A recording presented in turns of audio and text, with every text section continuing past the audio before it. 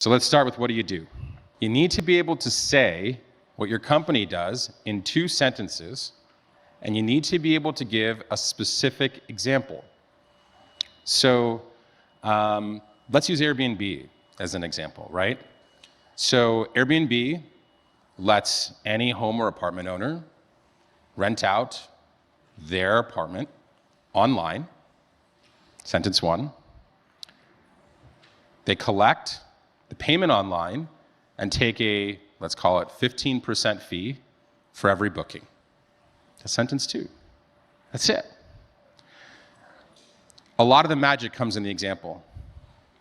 And I'll give you a real world example. Imagine that you're a waiter who lives in Washington, D.C., and it's 2009, and the Obama inauguration is happening in town, and every hotel room is booked. You can make $2,000, $3,000, $4,000 by renting your apartment out. And that's the amount of money you need to pay your rent for the next 2 or 3 months. All you have to do is take some photos of your place and put a listing on Airbnb, and Airbnb will handle the payments, will get you a great guest, you give them a great experience, and you got your rent paid.